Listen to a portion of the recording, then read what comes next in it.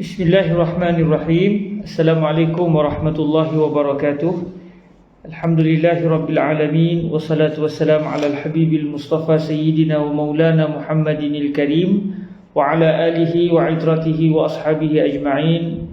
Asyhadu an la ilaha illallah wahdahu la syarikalah wa asyhadu anna habibana wa sayyidana wa maulana Muhammadan abduhu wa rasuluh. Allahumma salli wa sallim wa zid wa barik ala al-habibil mustafa sayyidina wa maulana Muhammadir rasulillah wa ala alihi wa itratihi wa ashabihi wa man walah, amma ba'd. Alhamdulillah, kita bersyukur pada Allah dengan kesempatan waktu yang diberikan oleh Allah pada petang ini kita dapat bertemu di dalam majlis pembacaan Syarhul Jalalil Mahalli ala Waraqati Imamil Haramain Al-Juwaini. Dan saya tidak dapat mengambil masa yang agak panjang bersama dengan tuan-tuan pada hari ini. Kita buat sampai pukul 3.30 tadi. Daripada pukul 3 saya try untuk masuk, ada masalah teknikal. Kebetulannya saya terpaksa hadir dalam satu mesyuarat, jadi kita target sampai pukul 3.30 saja. Jadi pada hari ini hafalan matan kita tangguhkan ke minggu hadapan. Biasanya kita mulakan dengan hafalan matan, tapi kali ini kita tangguhkan dulu. Hafalan matan kita bawa ke minggu hadapan, insya-Allah subhanahu wa ta'ala. Dan hari ini kita akan masuk kepada perbahasan masih dalam perbahasan al-amru, iaitu perbahasan berdasarkan matan yang berbunyi wa indal itlaqi wat tajarrudi 'anil qarinah yuhmalu 'alaihi. Bismillahirrahmanirrahim. Bi isnadina al-muttasil ila sayyidina al-imam Al-Mahalli radhiyallahu ta'ala anhu wa ardah, wa nafa'anna Allahu bi'ulumihi wa 'ulumi masyayikhihi wa talamizatihi wa qurra'i syarhil Jalalil Mahalli ala waraqati Imamil Haramain Al-Juwaini radhiyallahu ta'ala anhu wa ardahu, wa nafa'anna Allahu bi'ulumihi wa 'ulumi masyayikhihi wa talamizatihi wa 'ulumi Imamil Haramain wa masyayikhihi wa talamizatihi wa jami'i man istafada من كتاب الورقات ومن شروحه اللهم أمين. قال سيدنا الإمام الجلال المحلي وهي عند الإطلاق والتجرد عن القرينة الصارفة عن طلب الفعل يحمل عليه، أي على الوجوب، نحو أقيموا الصلاة، إلا ما دل الدليل على أن المراد منه الندب أو الإباحة فيحمل عليه، أي على الندب أو الإباحة. Baik, kita masuk kepada perbahasan dalam isu perintah, iaitu satu perbahasan sekiranya seseorang mujtahid mendapati ada perintah daripada firman Allah Ta'ala atau daripada sabdaan baginda Nabi Muhammad sallallahu alaihi wasallam, dalam masa yang sama tidak ada sebarang dalil yang ditemui oleh mujtahid tersebut yang menunjukkan bahawa perbuatan yang disuruh itu berstatus wajib atau sunat atau mubah. Tak ditemui. Yang hanya ditemui si mujtahid tadi hanyalah perintah supaya perbuatan itu dilaksanakan. Jadi apabila si mujtahid mendapati ada satu perintah supaya kita melakukan satu perbuatan, tapi dalam masa yang sama tidak kedapatan sebarang dalil lain yang ditemui oleh si mujtahid tadi, beliau tidak mendapati ada dalil lain yang menentukan status perbuatan yang disuruh itu.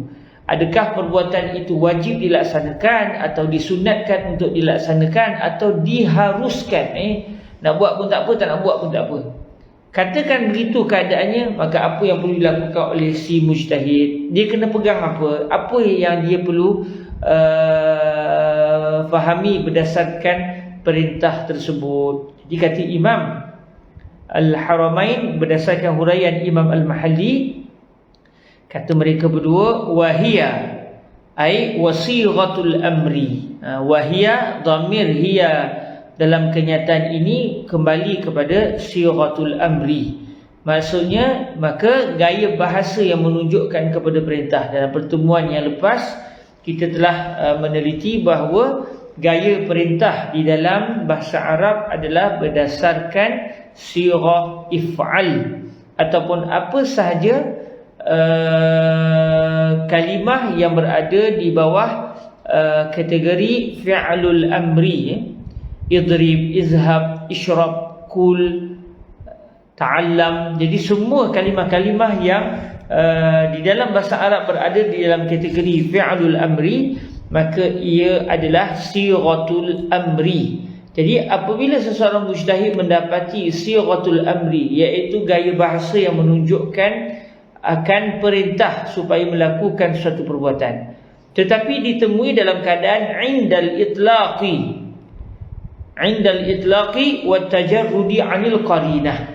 Ketika itlaq, iaitu ketika dia bebas daripada sebarang kait, sebarang petunjuk, maknanya semata-mata perintah kosong, semata-mata perintah, tidak pula dinyatakan bahawa perintah itu wajib dibuat atau disunatkan untuk dibuat atau digalakkan atau diharuskan untuk dibuat. Tidak dinyatakan sedemikian.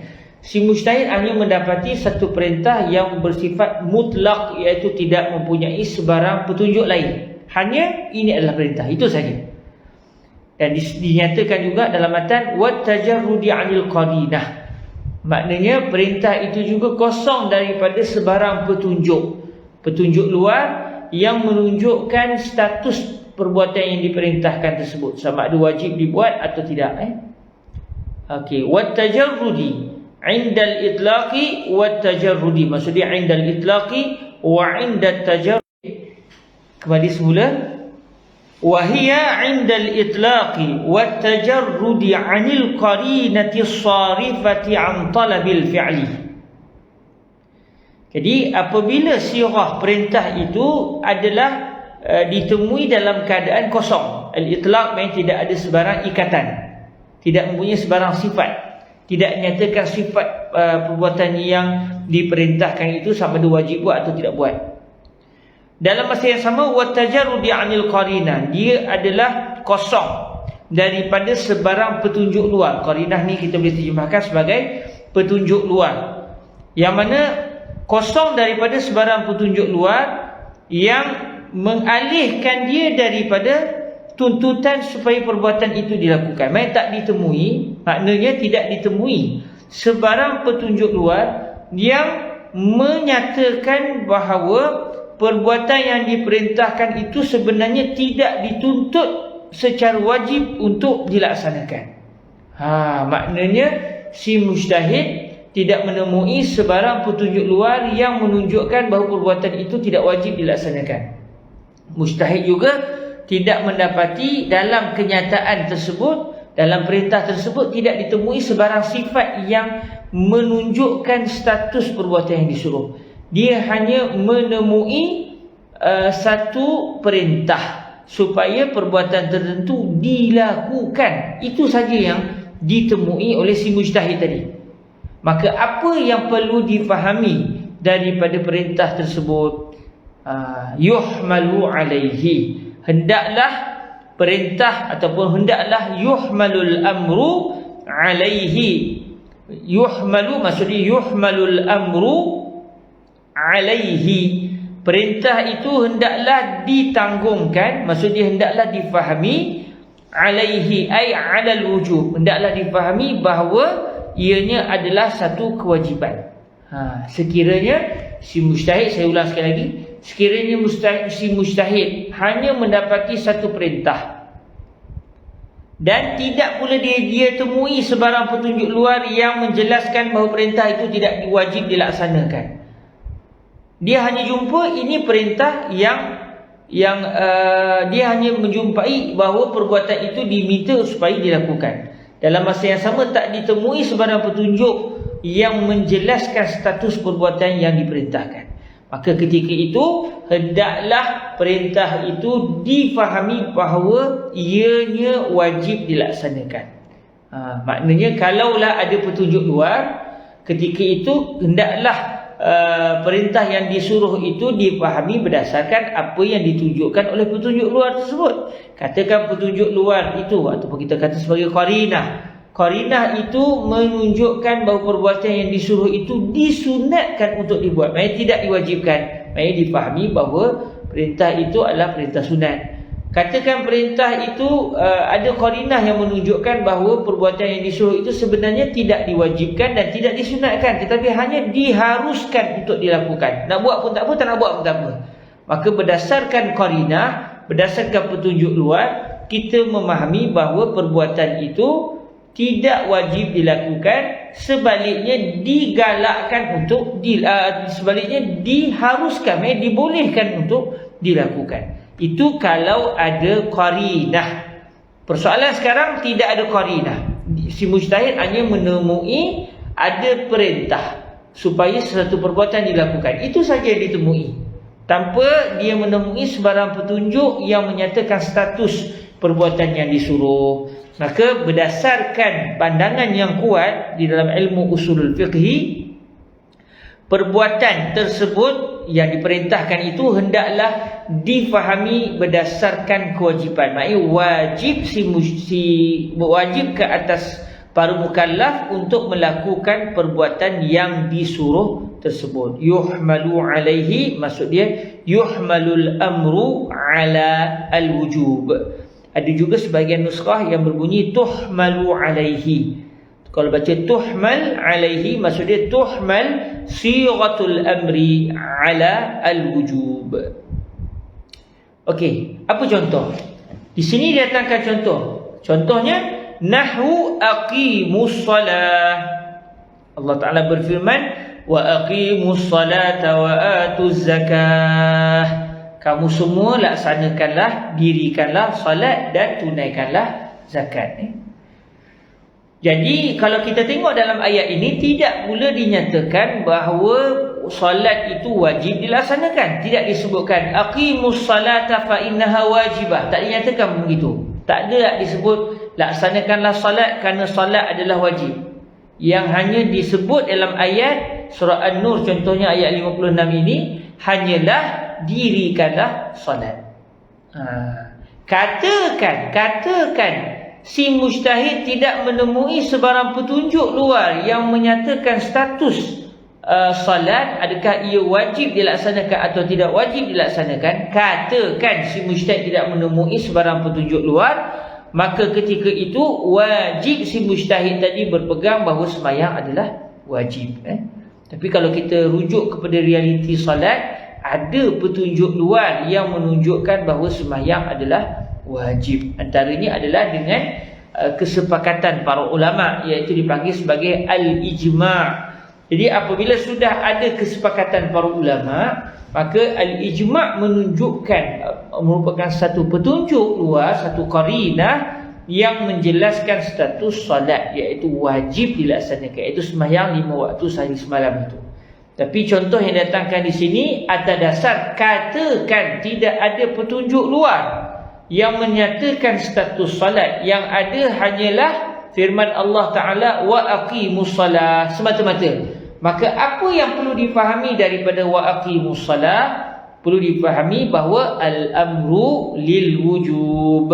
Perintah adalah untuk kewajipan. Maknanya sesuatu perintah sebenarnya tujuan utamanya, tujuan asalnya adalah untuk mewajibkan perbuatan yang disuruh. Tapi kalau ada petunjuk macam mana, ada qarinah macam mana, kalau ada petunjuk luar yang menyatakan status perbuatan yang disuruh, maka status perbuatan itu hendaklah difahami berdasarkan apa yang telah ditunjukkan oleh qarinah, iaitu petunjuk luar. Sebab tu Imam Al-Haramain Al-Juwaini menyatakan selepas itu, illa ma dalla dalilu ala anna al-murada minhu an-nadbu aw al-ibahatu fayuhmalu alayhi ay ala an-nadbi aw al-ibahah, kecuali ada dalil yang telah menunjukkan, ada petunjuk luar, ada petunjuk yang telah menunjukkan bahawa yang dimaksudkan daripadanya, iaitu dimaksudkan daripada perintah, annal murada minhu, iaitu al-murada, annal murada minal amri. Jadi minhu itu, dhamir pada minhu itu kembali kepada al-amr. Melainkan sekiranya ada dalil yang telah menunjukkan bahawa yang dimaksudkan daripada perintah adalah an-nadbu, iaitu sunat, au al-ibahah, atau petunjuk luar menunjukkan bahawa yang dimaksudkan daripada sesuatu perintah itu adalah keharusan. Maknanya perbuatan yang disuruh itu sebenarnya kalau nak buat pun tak apa, tak buat pun tak apa, tidak diwajibkan, tidak disunatkan, maka fayuhmalu alaihi, maka hendaklah perintah, yuhmalul amru alaihi, maksudnya alaihi ay ala ma dalla alaihi dalil. Yuhmalu alaihi maksudnya hendaklah perintah itu ditanggungkan, maksudnya difahami berdasarkan apa yang telah ditunjukkan oleh dalil. Kata Imam Al-Mahalli di sini ai ala nadbi awil ibahah, iaitu hendaklah perintah itu difahami bahawa ia adalah disunatkan atau ia adalah satu keharusan. Sebab sebelum itu dinyatakan melainkan sekiranya dalil itu menunjukkan bahawa perintah itu adalah atas dasar sunat, maknanya ketika itu perbuatan itu disunatkan. Kalau ada dalil yang menunjukkan bahawa perbuatan yang disuruh itu sebenarnya hanya diharuskan, dibolehkan, tidak diwajibkan, tidak disunatkan, maka ketika itu hendaklah difahami bahawa perbuatan itu adalah mubah, iaitu boleh dilakukan dan boleh ditinggalkan tanpa ada sebarang pahala maupun dosa. Jadi konsepnya mudah. Ada je perintah, asalnya fokus utamanya untuk menyatakan perbuatan itu diwajibkan.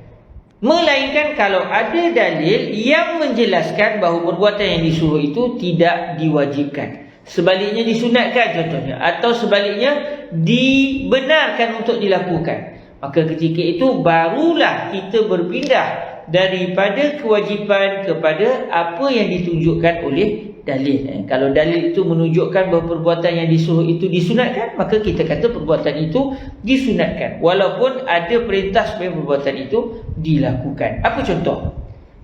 Contohnya didatangkan oleh Imam Al-Mahalli di sini. Contohnya, misalun nadbi fakatibuhum in alimtum fihim khaira. Allah Ta'ala berfirman dalam surah An-Nur ayat yang ke-33, maka kamu semua wahai yang memiliki hamba-hamba perempuan ini ataupun hamba-hamba lelaki, fakatibuhum, maka kamu semua wahai para pemilik hamba, hendaklah kamu melakukan akad kitabah. Melakukan akad kitabah bersama para hamba kamu semua. Baik, ada perintah di sini, fakatibuhum, kamu semua lakukanlah akad kitabah bersama dengan hamba kamu semua. Apa dia akad kitabah? Akad kitabah, pada zaman adanya sistem perhambaan satu ketika dahulu, Islam membenarkan satu cara untuk seseorang hamba itu boleh bebas daripada perhambaan, maksudnya bertukar status daripada seorang hamba kepada bukan hamba. Apa caranya? Antaranya adalah dengan melakukan satu kesepakatan yang dinamakan sebagai aqdul kitabah, kesepakatan di antara hamba dan tuannya, iaitu si hamba dan tuan bersepakat, kalaulah si hamba tadi pada tarikh bagian-bagian ditetapkan tarikh, pada tarikh yang telah ditetapkan, katakan si hamba itu berjaya memberikan kepada tuannya sejumlah wang yang telah disepakati, maka serta-merta hamba itu akan terbebas daripada perhambaan. Itu namanya aqdul kitabah. Maknanya katakan si hamba kata pada tuan dia, wahai tuan, kalau saya berjaya bagi tuan 10,000 ringgit dalam tempoh setahun daripada sekarang, adakah tuan bersetuju untuk membebaskan saya? Katakan tuan tu kata, ya, saya bersetuju.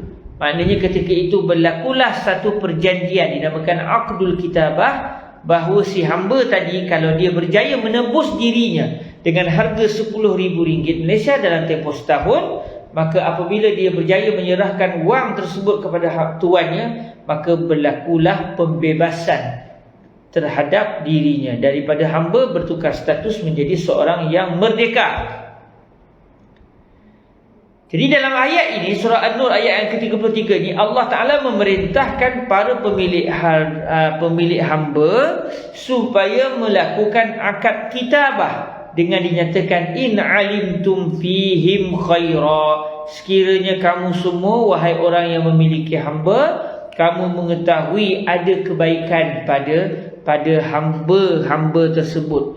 Maknanya dalam ayat ini Allah Ta'ala memerintahkan para pemilik hamba supaya melakukan akad kitabah dengan hamba-hamba mereka. Jadi ini satu perintah. Maka adakah ini menunjukkan bahawa wajib ke atas si tuan untuk memerdekakan hambanya berdasarkan akad kitabah?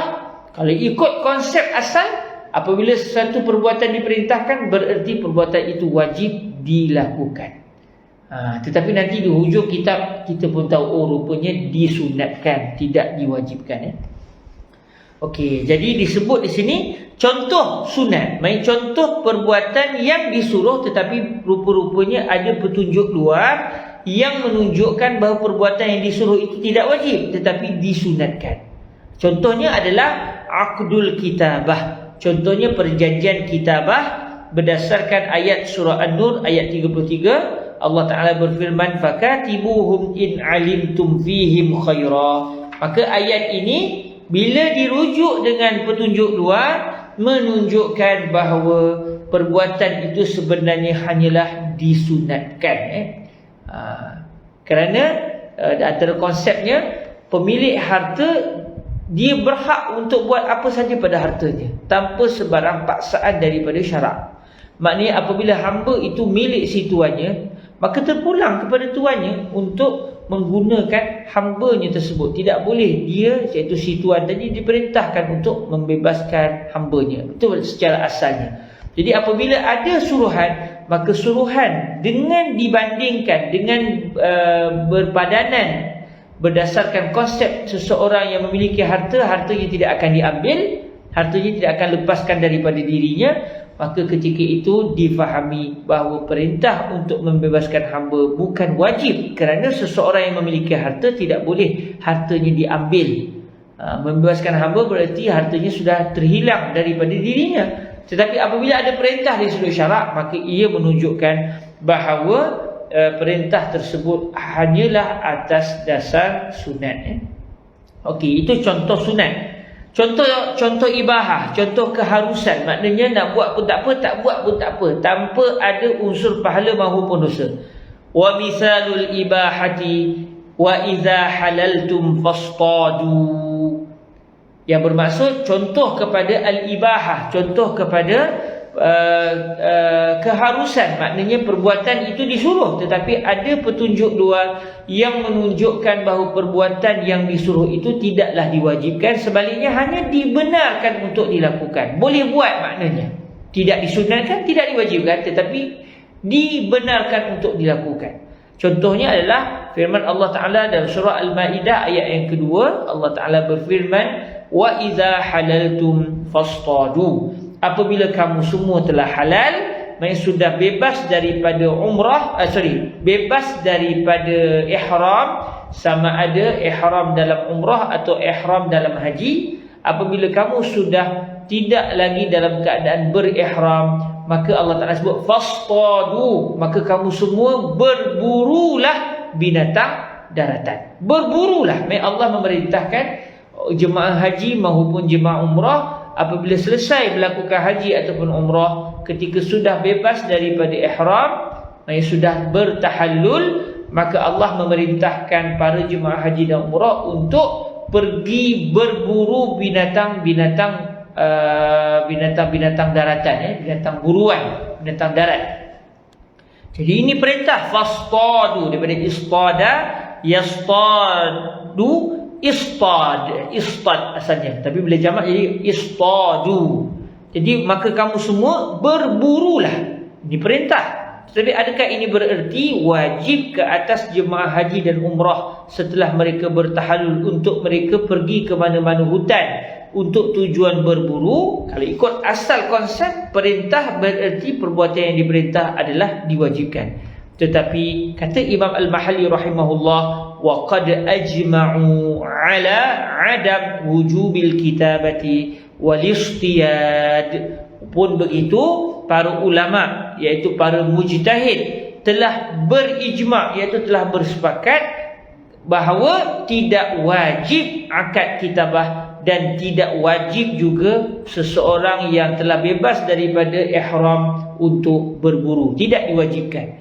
Maknanya ijma' adalah di antara dalil petunjuk luar yang menunjukkan bahawa perbuatan yang diperintah rupa-rupanya bukanlah perbuatan yang diwajibkan. Jadi sekalipun ada perintah, tetapi sekiranya ada petunjuk luar, maka petunjuk luar akan menunjukkan status perbuatan yang diperintah tersebut. Main dalam contoh ini, bila Allah Ta'ala berfirman fakatibuhum in alimtum fihim khaira, perintah pada fakatibuhum sebenarnya bukan bermaksud Allah ingin mewajibkan para pemilik hamba untuk melakukan akad kitabah. Sebaliknya yang Allah inginkan hanyalah menggalakkan, iaitu menjadikan akad kitabah sebagai satu perbuatan yang disunatkan. Kenapa? Kerana ada petunjuk luar. Apa contoh petunjuk luar dalam isu ini?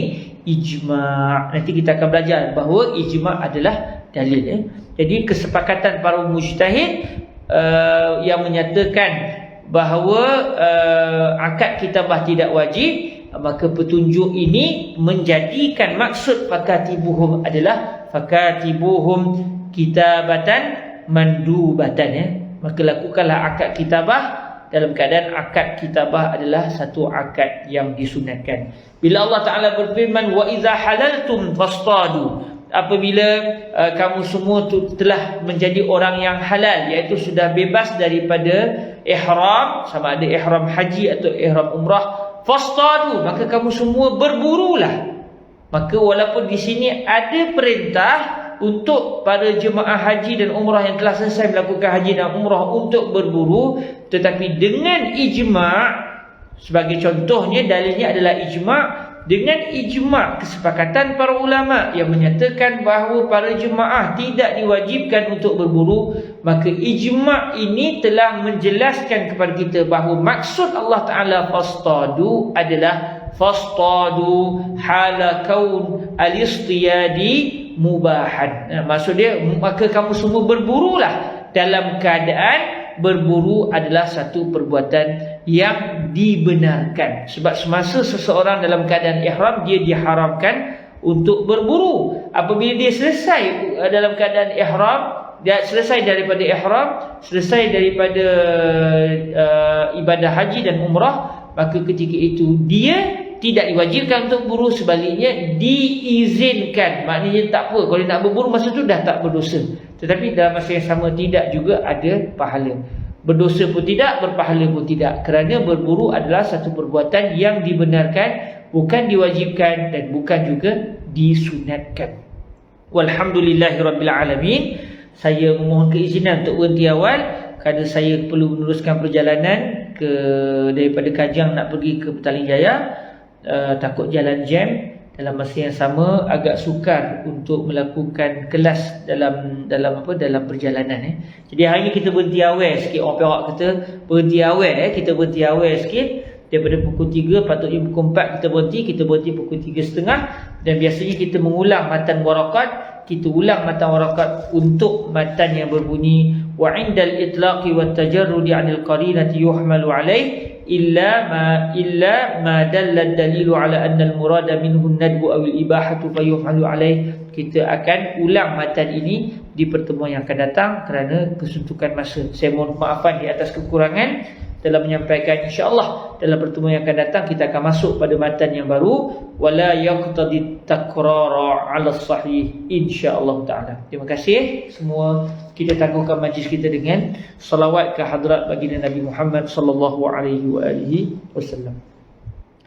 Allahumma salli afdal salatin ala as'adi makhluqatika sayyidina Muhammad wa ala alihi wa sahbihi وسلم عدد معلوماتك ومداد كلماتك كلما ذكرك الذاكرون وغفل عن ذكره الغافلون اللهم صل أفضل صلاة على أسعد مخلوقاتك سيدنا محمد وعلى آله وصحبه وسلم عدد معلوماتك ومداد كلماتك كلما ذكرك الذاكرون وغفل عن ذكره الغافلون. اللهم صل أفضل صلاة على أسعد مخلوقاتك سيدنا محمد وعلى آله وصحبه وسلم عدد معلوماتك ومداد كلماتك كلما ذكرك الذاكرون وغفل عن ذكره الغافلون.